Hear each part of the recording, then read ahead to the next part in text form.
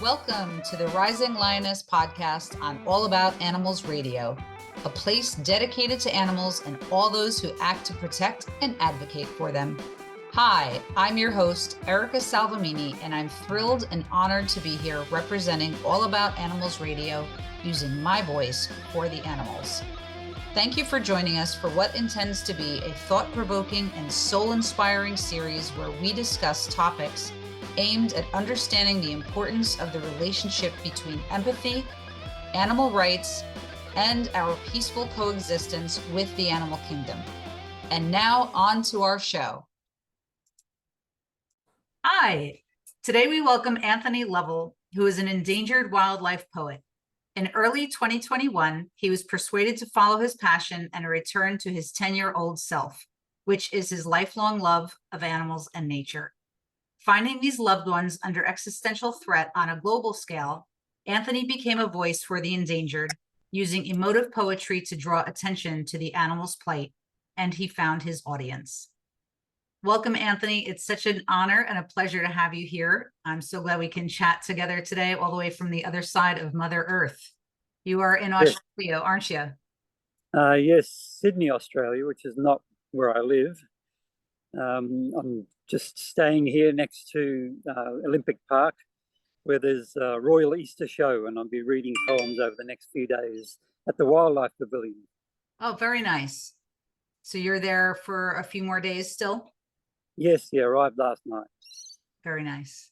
Well, thank you so much for waking up extra early, or maybe not. I think you did say you were an early bird, because it's Wednesday evening here on the East Coast of the US, but it is now Thursday morning for you, isn't it? That's correct. Just after 7 a.m. Thursday morning, but I've been awake since 5:15. So yeah, I can get with that. I'm an early bird myself. So, well, thank you for your willingness to work out these logistics and work out our time difference so that we could come together for the greater good of our animal friends. And this has been a long time in the making. I know we connected on LinkedIn a few years back through our shared love of animals and our devotion to animal advocacy work. So it's nice that now, a few years later, we can come together and do this podcast to talk about our animal friends and hopefully bring awareness to what's going on. Yeah, exactly. And I think I remember seeing your name from my earliest days on LinkedIn. So it's a while. Yeah, it's been a while. We've both been out there fighting the good fight and till our last breath, right? Exactly. Yeah, definitely. Well, let's start out with the basics. Maybe you can share a little bit with our audience about who you are and how you became involved with animal advocacy work. Yeah, I'm not. I guess other people say I'm involved with animal advocacy, or what I do is write poems about animals and the good, the bad, and the ugly of what's going on with them. But there's a lot of stuff that's not very good. Yeah. And so I've written quite a few poems that are trying to highlight the plight of wildlife in this day and age. I started out probably 18 months ago, 2 years ago, commenting on some of the posts I saw on LinkedIn, which were talking about these kinds of issues, all the issues that wildlife is facing, loss of habitats and plastic pollution and trophy hunting, all those kinds of issues. And so I started commenting on various bits and pieces, and some of those comments I started doing in little verses for some reason. And then I remember actually there was World Wetlands Day came out, and I wrote a full poem about wetlands, about how they used to be called bogs and swamps, and you had to drain them, and there were places of disease and all that kind of thing. And so I wrote a poem talking about how important wetlands are for biodiversity and all that kind of thing. So flipping it over, and from there I started writing other poems and started a series on endangered animals, and that's where I started to get some traction, people liking what I was doing. The first series of poems I wrote was called The Tribe Endangered, and I started picking endangered animals and writing poems about them. And that's really how I got into it. And I just kept on going. And, I was writing other things as well at the time. And it was actually my wife who helped me to really focus on that. She's a personal coach and hypnotherapist. Oh. And one day we were wondering what we should be doing. And I was wondering what I should be doing because I was in a job that I was particularly unhappy with at the time. And this was during the early days of the pandemic as well. And so it was getting worse because I didn't get to stand down. I had to work all the time. That was the nature of what I was doing. I was able to keep working. But I really was unhappy and didn't see a future for what I was doing. And so she did an exercise with me to clarify what was really my driving passion. And it was there where my earliest memories are of wildlife and animals. My mother used to look after orphaned possums and birds and things like this. And I remember we lived just down a few houses up from where there was some bushland, some forest, Australian forest. And I used to spend all my weekends and mornings and afternoons going up the bush and looking for animals and looking for fish in the creeks and turtles and things like that. And that's what this little exercise came back to, that was my first love, really. In life was wildlife. And in those early days, of course, I wanted to own them. I wanted to have fish tanks and wanted to have turtles in the pond, in the fish pond, and lizards and all that kind of thing. But on my website, I've published a photograph of me at around 10 years old, and I've got a turtle on my lap and a bearded dragon on my shoulder and a blue-tongued skink in my hand. And that was my life, and that was my love. And so life goes on, and you get involved in looking for a career and all those sorts of things. So you go off on a different direction, different tangent, and it took a long time to get back to it. After 60, getting back into what I really, really want to do. And that's and now, of course, in those intervening 50 years or so, things have got so much worse for wildlife. Like a 70% decline across the board in wildlife on the planet. So it's alarming, and we need all the voices we can to raise awareness that that's a trend that can't continue because it's basically suicidal. Yeah, I agree. And I love the story. I love how your wife helped you bring that out. Something that was obviously with you always and just lying dormant. I have the same thing where I just loved animals my whole life. They pretty much got me through a lot of really tough times in life and are always there for me. So I can totally relate with what you're saying. And, we have to grow up, or at least we're told we have to grow up. And so we tell ourselves we have to grow up and get jobs and pay our bills. And we don't think about that stuff anymore. We still love our animals and do what we're doing, but you just kind of go about your life. And then until one day a pandemic hits, and then we're all forced to sit and really take a hard look at what's going on in life and what's going on in our own lives. And for some, it was very tragic. And for others, it was, life affirming. It changed a lot for a lot of people. I mean, for so many different reasons, but what you're saying is more or less the story that I can relate to. Yeah, I'm very sure a lot of people can. Yeah. That was, probably the one good thing that happened out of the pandemic is that everybody around the world was thinking the same thing at the same time. Yeah. And really seeing how connected everything was. Yep. So it'd be nice if we could take that positive and turn it into, looking for solutions for the major problems we have. Absolutely. And of course, there's climate change, which has its implications for wildlife, but there's also the direct issues with regard to wildlife. And really the very important issue that we only have a biosphere that we can live in because of what wildlife has been doing for millions of years. That's right. And so by trying to wipe them out intentionally and unintentionally, we're actually interfering with the life support systems of the planet. So that was my reference before to, wildlife keeps us alive, and so we've got to keep it around. That's right. It's completely, what's the word? Of course, I'm missing the word right now, but we do it together. We can't survive without them. They can certainly survive without us. They'd be peachy keen without us mucking up everything.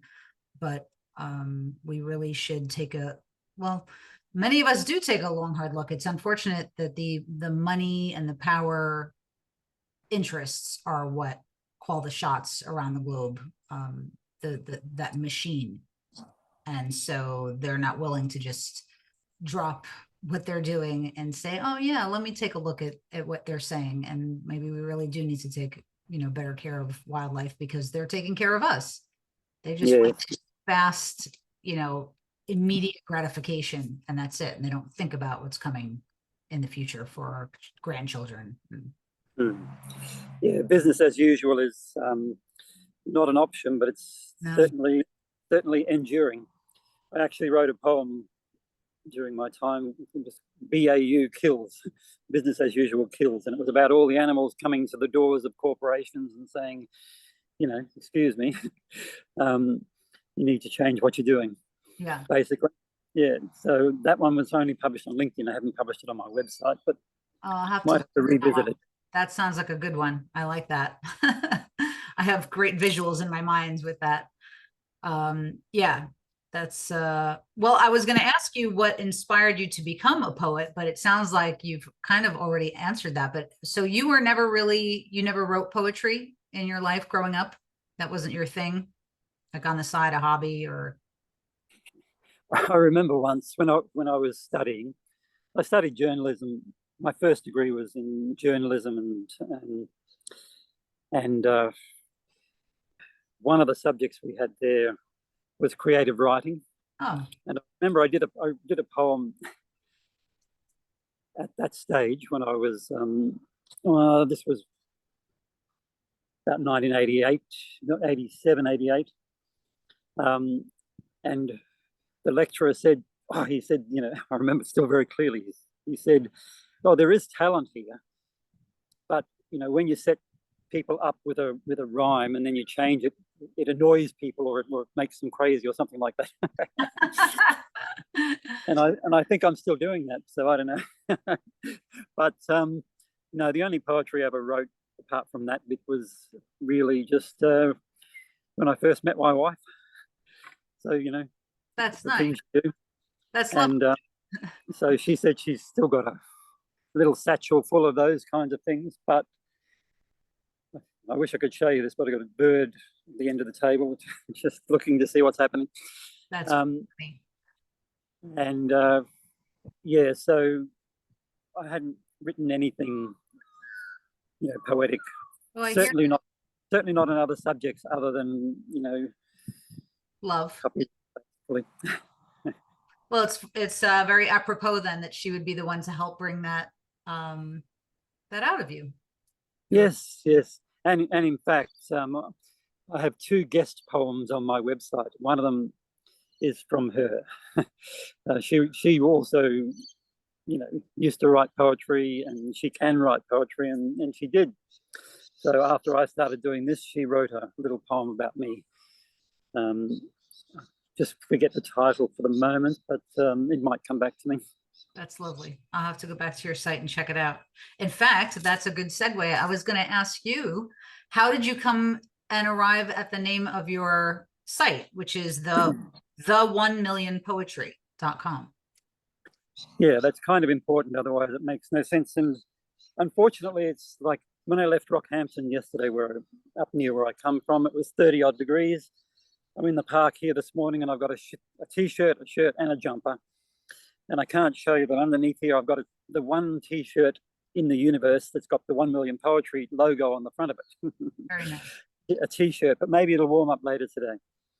But yes, in 2019, IPBES, which is something like the Intergovernmental Panel on Biodiversity and Ecosystem Services or something like that, a group of scientists came up with the sort of watershed really report that said if human beings kept on going in the same direction, it was going to lead to the extinction of 1 million species.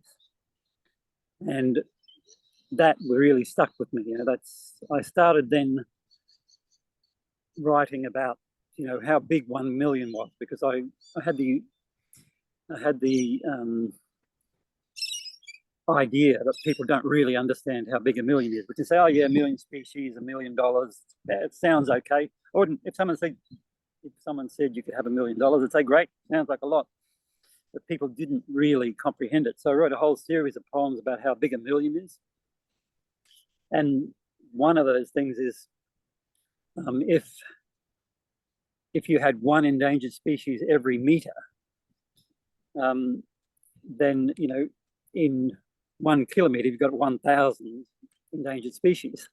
Right. But then, you know, you've got to walk 1,000 kilometers to get to 1 million. It's just huge. Yeah, it is staggering.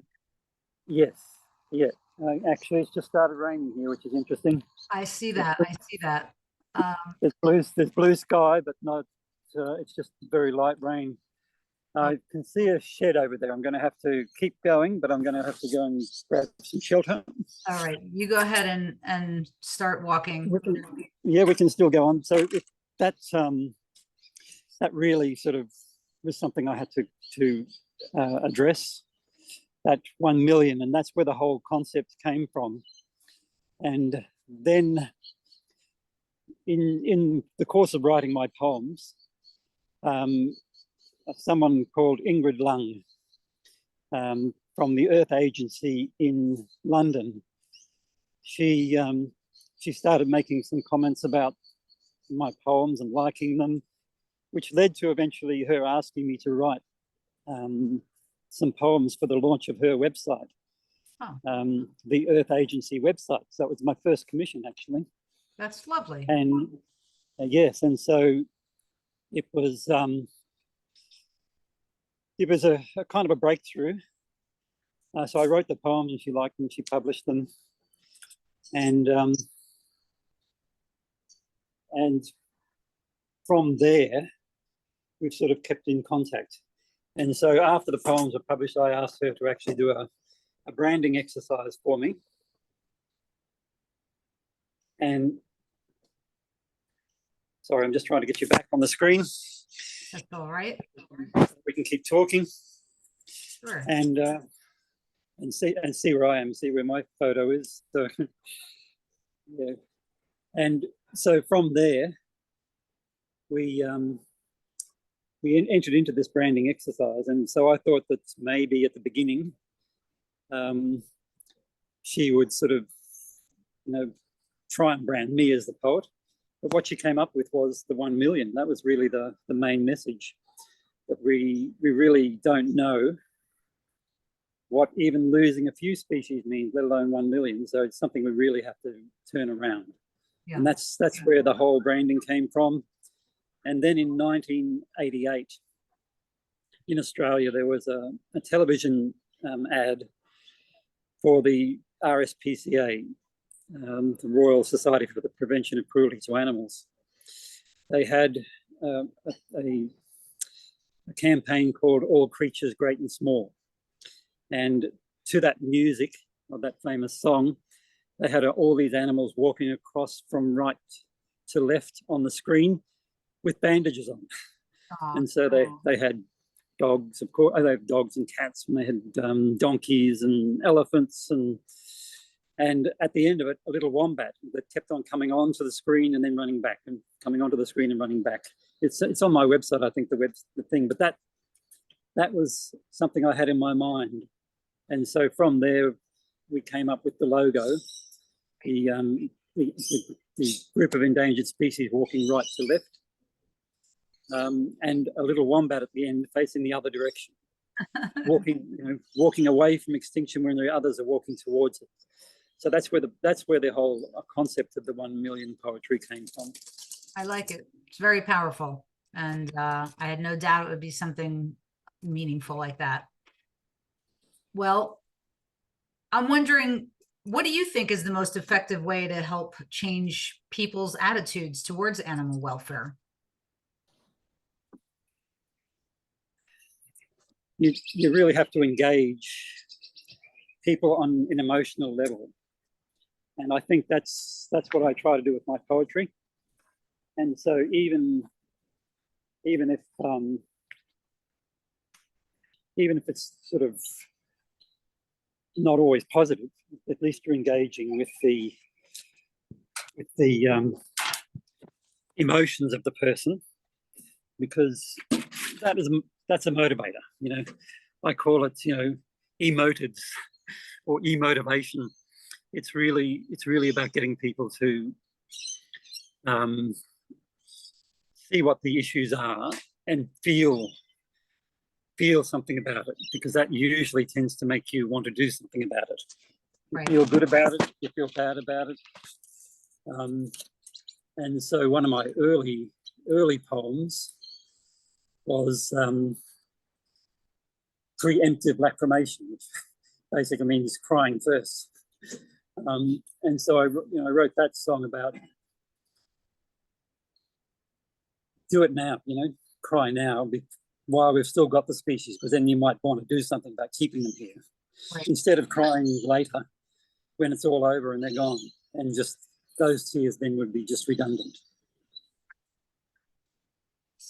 It's very true, very poignant. Cry and get busy. Yeah, and so on LinkedIn, I've got I say that I make people cry while their tears still have potency. And it doesn't really make a lot of sense without reading the poem, but I still put it there because it makes people think and hopefully want to read it. Yeah, no, I like it. I think it's great. Yeah. It's not what poetry is about, and it is people feel and hopefully think about what it is that they're feeling, and like you said, maybe do something about whatever it is, whatever the issue is. Yes, and also the reason I really chose that was because quite a number of the comments that I had were, which have been published on the website, like I'm crying again, but I'm crying, it was just there. So I thought, well, okay, that's how some of my poems are affecting people, but that's good. At least that's a hook. It is yeah. Getting people right where you need to get them, right in their heart, so that they'll hopefully want to do something and make a difference, even if it's just talk to somebody else about what's happening, share, bring awareness, use their voice, whatever anybody can do. We all should be doing something. It's not just it's for the greater good. We're all one. Whatever happens, we're all in it together, kind of like what happened with the pandemic. So it behooves all of us to take a really good hard look at what's happening in the world today and not look away. Yes, it's painful sometimes, and yes, it's upsetting, but that's the point, isn't it? It's kind of like what you said about the crying. You don't want to be upset and sad after the fact, like, oh, boo-hoo, the world's coming to an end, right? And I really wish we had done something about it. Well, now's the time. Now is the time. The time has run out. We have to do something now. And and it's one of the advantages of being human, is that you can do time travel to a certain extent. You can go into the future and look at the scenario and say, what would I really think? What would I really feel if this was the case? And that can be enough to snap you back to the current time, to say, okay, I don't like that alternative future. Right. I've got to do something to make sure it never happens. Yeah, see it through to the end. I talk to my kids about stuff like that all the time. Like, think about this situation, whatever it is, and think it through to the end. Where does the end of that scenario land you in, what situation? And if you shudder, change it. You have the opportunity now, and that's where we're all at now with this situation. And so I think what you're doing is beautiful and lovely, and I'm so thankful that you are doing it, because it brings it makes people feel good, and sometimes it makes people feel upset, but that's okay, because you're making people feel and on an important subject matter. So is there anything that you'd like to share with us today on any campaigns you're working on, or petitions or projects that you'd like to share while we are Yeah, this year we're doing quite a few interesting things. Probably the one of the things I'm going to focus on a lot this year is this book here. I don't know, it looks backwards on my view. I don't know whether you can see it on yours. I can see it. Wildlife in the Balance: Why Animals Are Humanity's Best Hope. Simon, I believe I have Good. that. Good. That book really, I mean, I've been on the right track, I believe, for quite a while, but this one really flips things around. That's where I started talking about before, that it's wildlife that's actually creating the life support system of the planet. And in this book, Simon's an ecologist, and he kind of flips it over. He talks about how this all came about, and how animals are sort of moving energy around, concentrating energy that would otherwise be causing the planet to be uninhabitable.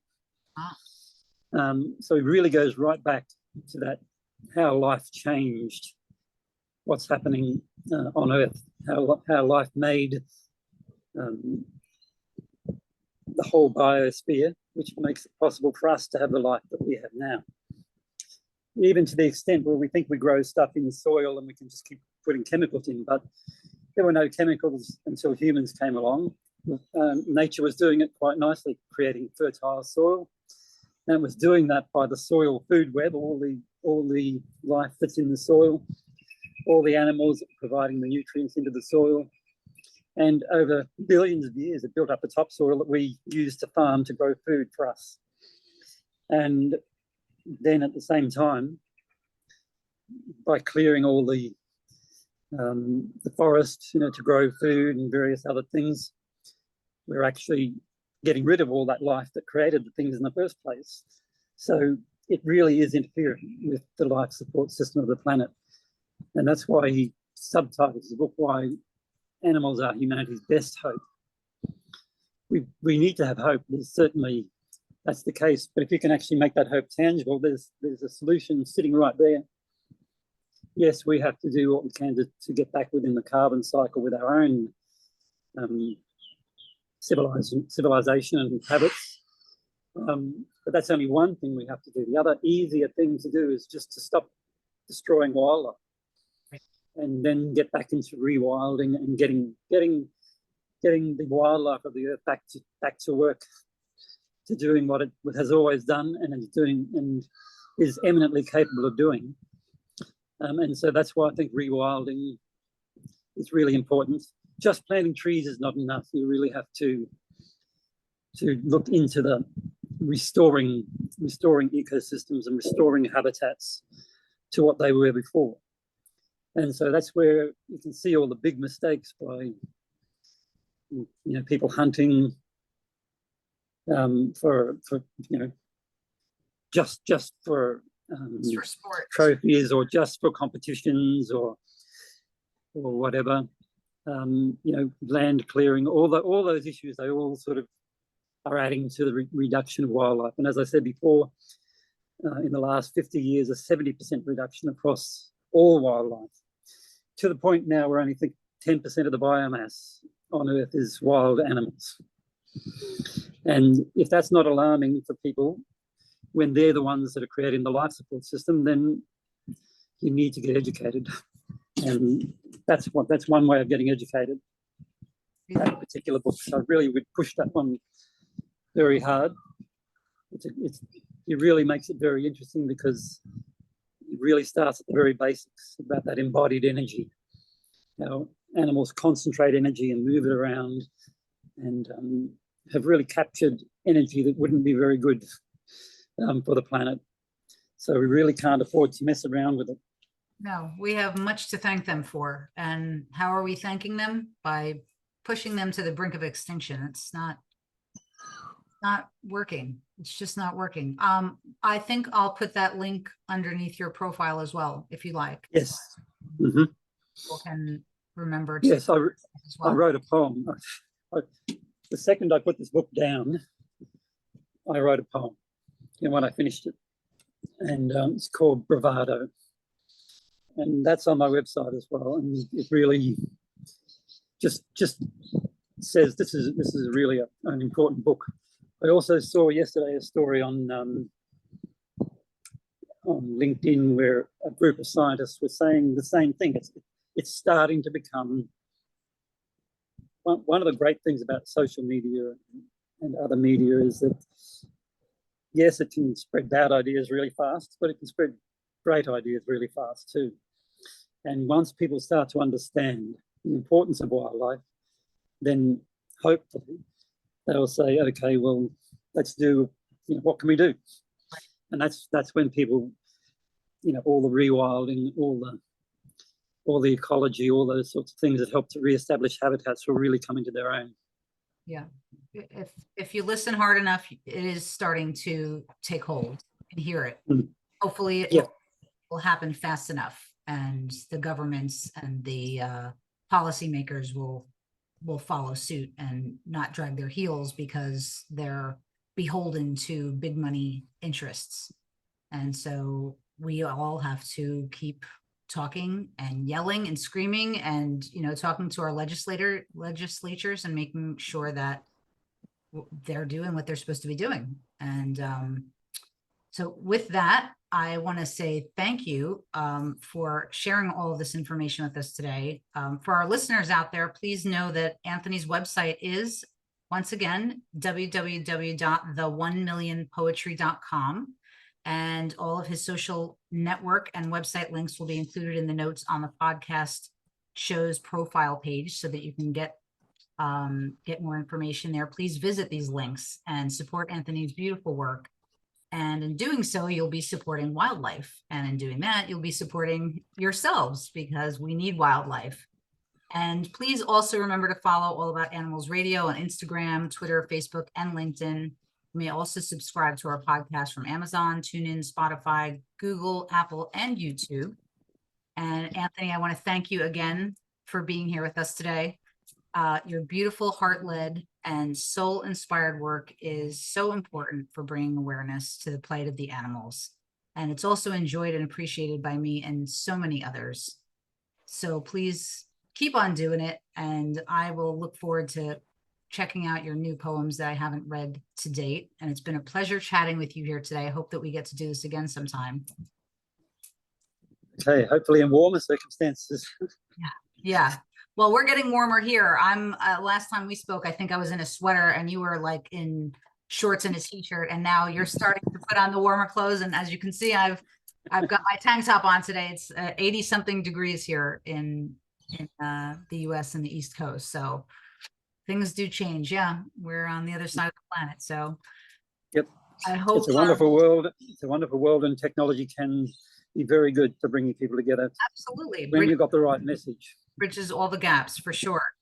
And folks, if you stay on past the end of our interview, you will hear Anthony's beautifully written and powerfully evocative poetry series entitled Sacrosanct, which I have been honored to be able to recite for you. So I hope you'll stay on and join us. Thank you all for joining us here today. Bye for now. Be well, and namaste. Bye. Bye, Anthony. Take care. Sacrosanct, First Excursion by Anthony E. Lovell, the Endangered Wildlife Poet. My manifesto. Preeminent in my heart, I hold this true. Life is sacred, other life too. With it, I share my world, Earth, life's sanctuary. First excursion. Elevated topmost in my mind, guiding light enshrined, way of life and living aligned. Journey to the center of the heart, expand the heart to contain this planet, distinguished by life, safely contained in this highest chamber, 4 chambers actually, holding on for dear life as our own held most dear, pinnacle of safety, respect, and love. Then we go outward and make it so. Push to the planetary boundaries, the biosphere's edge as far as we can go. Life's planet shared, Earth, sanctuary, sanctuary Earth, and more rarefied, even higher, sanctified, our sacro sanctuary. Alchemy is real in the furnace of the heart, transmuting the mundane into the sacred, the lead of unconcern into the gold of a sacred throne, from toxic dead lead weight to durability, beauty, and worth. A golden throne of the mind, whatever seat of power you imagine on that throne, love reigns supreme, sovereign. Life is elevated, enshrined, love and life in a sacred bind. The heart can then overrule, and the head will follow, the sacred road paved with gold, back into the outer world, carrying a prize, a caravan, a tethered line of treasures of the mind on the backs of ships of the desert. Virtues that can change the world for the kinder based on respect. Life is the treasure. We treasure our own. What of other owners? Spark of life sharers. Where will we all find sanctuary if not on the sanctuary planet? When will life be treasured, recognized for what it is? Where will its flame be protected if not in this globe, its light, its life? Its life, our light. Perhaps we're all alone in the cold universe, maybe the only place where mistakes grandeur rules, but we're in good company. We're safe and warm, even the cold-blooded, all together home in one place only. Preeminent in my heart, I hold this true. Life is sacred, other life too. With it, I share my world. Earth is our sanctuary and more, where our means all, our sacro sanctuary. The sanctuary begins in the heart, protected by the rangers of the mind, well armed, formidable defenders with right thinking to shield. The living things within, search them all out, bring them all in. In this inner world, a kingdom of your creation, your rule is sole. You make the rules. First, yourself to follow. Decree, life is sacred, and it is good.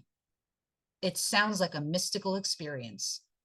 However imaginary it has to be, we don't yet understand how life sparked.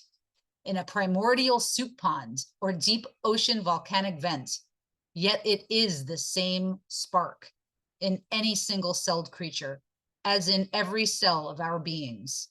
In life, we are all bound together. Take 2 steps from the heart to the mind, then to the world outside. Precursor to a terra carta, expeditious emissary. 3 more journeys and their messages follow. Sacrosanct, Second Excursion by Anthony E. Lovell, the Endangered-Wildlife Poet. Second excursion, cetaceans. We must make them sacrosanct, a do-not-touch species, and their family. Do not disturb cetaceans, free and safe to swim the ocean, serve their purpose as evolved, and must continue on. We must create an inviolable place of safety, a sacred sanctuary in our hearts and minds. Hunting expressly forbidden, never thought of again. Unthinkable a harpoon gun, the very thought of it pains. With the imagination of humanity captured, brought to bear to share our common planet and life heritage, the sanctuary we made will envelop life in the interconnected oceans in a vast safety net, starting at the top, cetaceans, sacrosanct. Sacrosanct, Third Excursion by Anthony E. Lovell, the Endangered Wildlife Poet. Third Excursion, Great Apes. Orangutan. We must make them sacrosanct, a species left alone to just be, a man of the forest, a person like it used to be, when there was so much more forest, and many more such people in the trees. Take no more of their home to build our homes with theirs, to put palm oil in our food more tasty. Leave them in sanctuary, raise it up in our hearts and minds. Don't buy into their demise. Don't buy what cuts down their home. Recognize their rights to personhood, finally understood. Gorilla, all three, mountain and lowland, cross river too, descendants from the trees, as indeed are we. Stayed in the forest's embrace, then the forests retreated as we advanced. Leave them in peace, exemplary, at one with and in nature. Original forest rangers, custodians, we must bring them into our sacrosanctuary. Sacrosanct, Fourth Excursion by Anthony E. Lovell, the Endangered Wildlife Poet. Fourth Excursion, Elephants. We must make them sacrosanct, another fellow sentient, social creature, family-oriented, last of the proboscidean lines, like the mammoth and the mastodon. So many have been chased by us down extinction's road, one way, leaving only 3 species in living legacy, African, forest, and Asian. All share the same societal behaviors we value in our own, some even better when it comes to child rearing. It takes a herd, more in tune with the earth than us, feel the vibrations of their seismic society, feet made for walking, firmly grounded, numbers going into free fall. Their populations will crash into the ground unless they can roam in safety in their own territory, sovereign. They must not go down their forebears' road. Provide them sanctuary, thick-skinned sanctity wherever they roam, sacrosanctity. We must not go on one by one, adding verses for each species we've endangered, but I will. We all share a common origin, a common ancestor, a common home, life in common, on an uncommon planet, the only life-bearing one as far as we yet know, sanctuary of life, conditions just right, life proliferate. Whales convoked, great apes evoked, elephants invoked, a new way of thinking, relating, recognition is coming their way. We protect what we value, what cherish, what we love most. Us is now extended, family, sacrosanct.